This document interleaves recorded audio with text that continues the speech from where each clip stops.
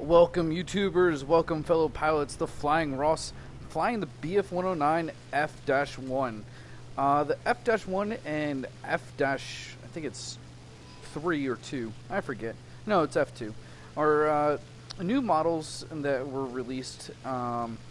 This one has 7.92 millimeter machine guns and one 20 millimeter cannon. The cannon has 200 rounds, and you have 1,000 rounds for the 7.92 machine guns. Overall, it's the same basic stats, it looks like, for aircraft performance as the E1 and the E3, except for the E1 or the E3 has two 20 millimeter cannons. Now, it only has 120 rounds, but that extra burst energy is definitely something that comes in handy. Also, you have an extra 1,000 rounds for your 7.92. So overall, I don't know if this is a worthy aircraft for someone to really fly in historical, just based on the pure fact of the burst mass is so low. Now this is fully unlocked, and I didn't want to make a video of it until I had fully unlocked to make sure that performance is all standard, and I can give you an accurate description of what it really is. One main issue of this aircraft is rate of climb. As you can see, I can put it in a 15-degree climb with WEP, and I can maintain that 280 kilometers an hour that I like to maintain in climbs. 280 kilometers an hour on your indicated airspeed will let you you can maneuver fairly well if someone gets on your tail or something. But right there, you can see in the upper left-hand corner, we are not even 2 minutes into the game, and we already have water cooling temperatures. Now this is again everything. Now we've got water overheated, and you can bring this to about 118 degrees Celsius. That's where it gets marked out, and that's what we'll do right now. Now, Battle of Britain, we already start at a higher altitude, so we don't need to climb as much comparative to other maps. The aircraft that will be versed right here is we will have Spitfires and Typhoons. Typhoon obviously has a pretty good climb rate, as well as the Spitfires too, but the early models do not necessarily have as good a climb rate as the later models Spitfires. But this is the main issue with the aircraft, is the pure fact that the water temperature gets overheated so fast with this engine. And I haven't flown the E series for a while to really do a comparative, but nonetheless, I mean, it's a severely dampening factor on your playstyle, and you really have to do some very close management on when you use afterburner and when you're going to cool down your engine. Usually, I just do a 0% right before I do a dive. And we're already at 5,400 meters right now, which is, with the new detect on how you detect aircraft, it's going to be really hard to detect aircraft at this altitude, especially through the cloud basin. So we do have a Typhoon down there, and we have a decently sized game. So we're going to level off here. And I'm going to decrease to about 80%. Just trying to get that water cooled and down again. Let's check our... So we're right above A, and that's usually where you can, especially on this map, find enemy. And we are more than likely just too high right now to really detect anything. But nonetheless, altitude is always key, and I'd rather have it than not have it. Especially since, we have 190 down low.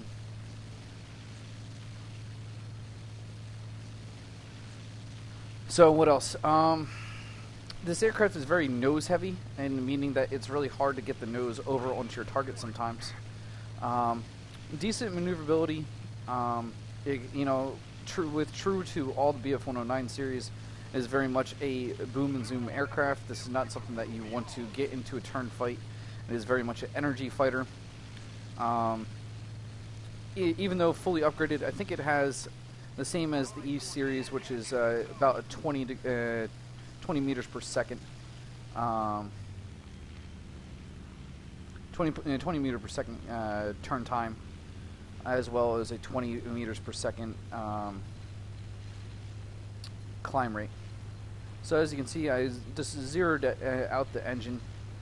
I'm going to try to get below this cloud basin because right now I can't see anything. And now we're below. And we'll start the engine back up. And we can see if maybe we can see something here.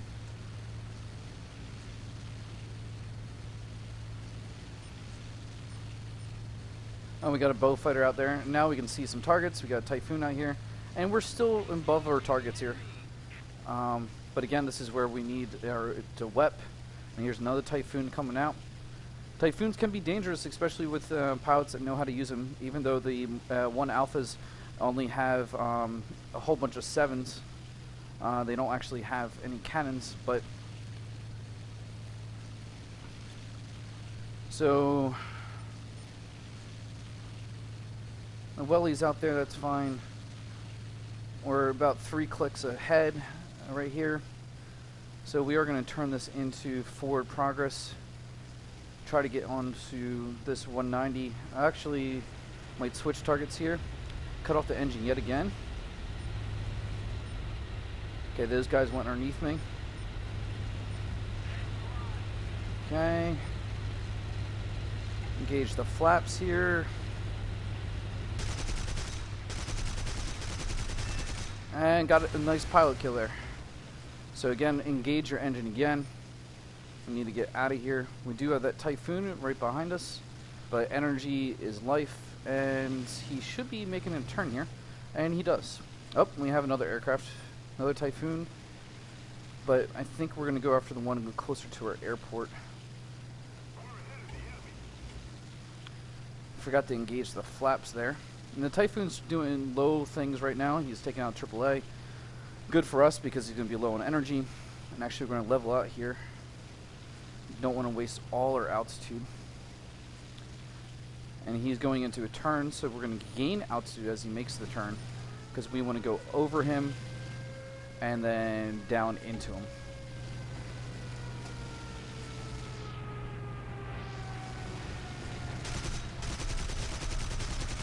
Hits, don't follow through, pull up. True the sense of boom and zoom. Get your tail up over. Now we have the G model on him as well. And the G model just has the burst energy that we just don't. And already again, we have issue with the water temperature. He's coming across in. And we got hits, but no actually, we had hit markers, but no hits.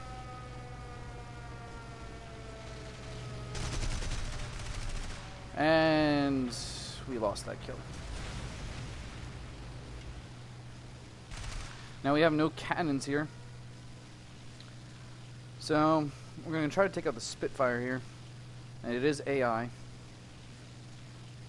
But an AI, especially in historical, there is definitely freaking look at this, like, he's pulling away like no other. So, we'll give up on him. We'll throw down the gear, throw down the flaps, bleed off some energy here, and we're going to try to rearm here.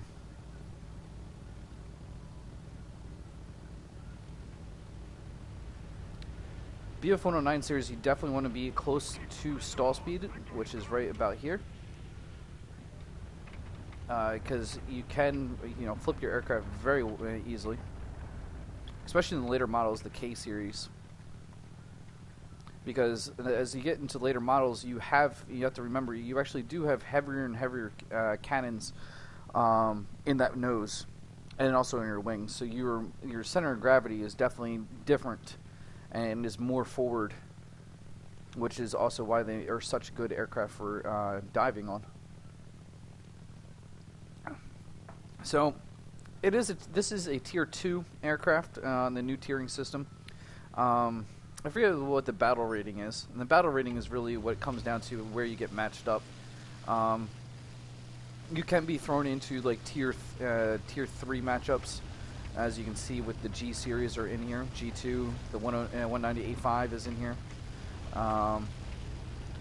Now I have unlocked the F2, which is the same aircraft model as this, but it has a 15mm cannon.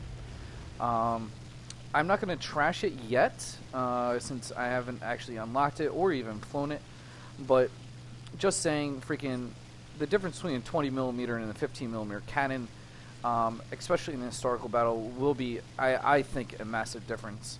I mean, a 15mm cannon is not much bigger than the 50 cal round itself. And yes, you maybe can get, you're going to get the actual Ming shot exploding HE rounds. But I really don't know if it's going to really come into play that much. So we're going to line up here really good. Oh, and see, there we go. But see, there's a nice pilot shot. And that's where that 20mm cannon can definitely come in handy. And that was the last aircraft. So I hope you enjoyed the video. Please like and share if you do. Once we get out of here, I'll show you a little bit more of the stats card and pretty much what's going on with the stats and a little where it sits on the tree, and compare it to the other BF-109 series. Oh, we got on hand. Yay.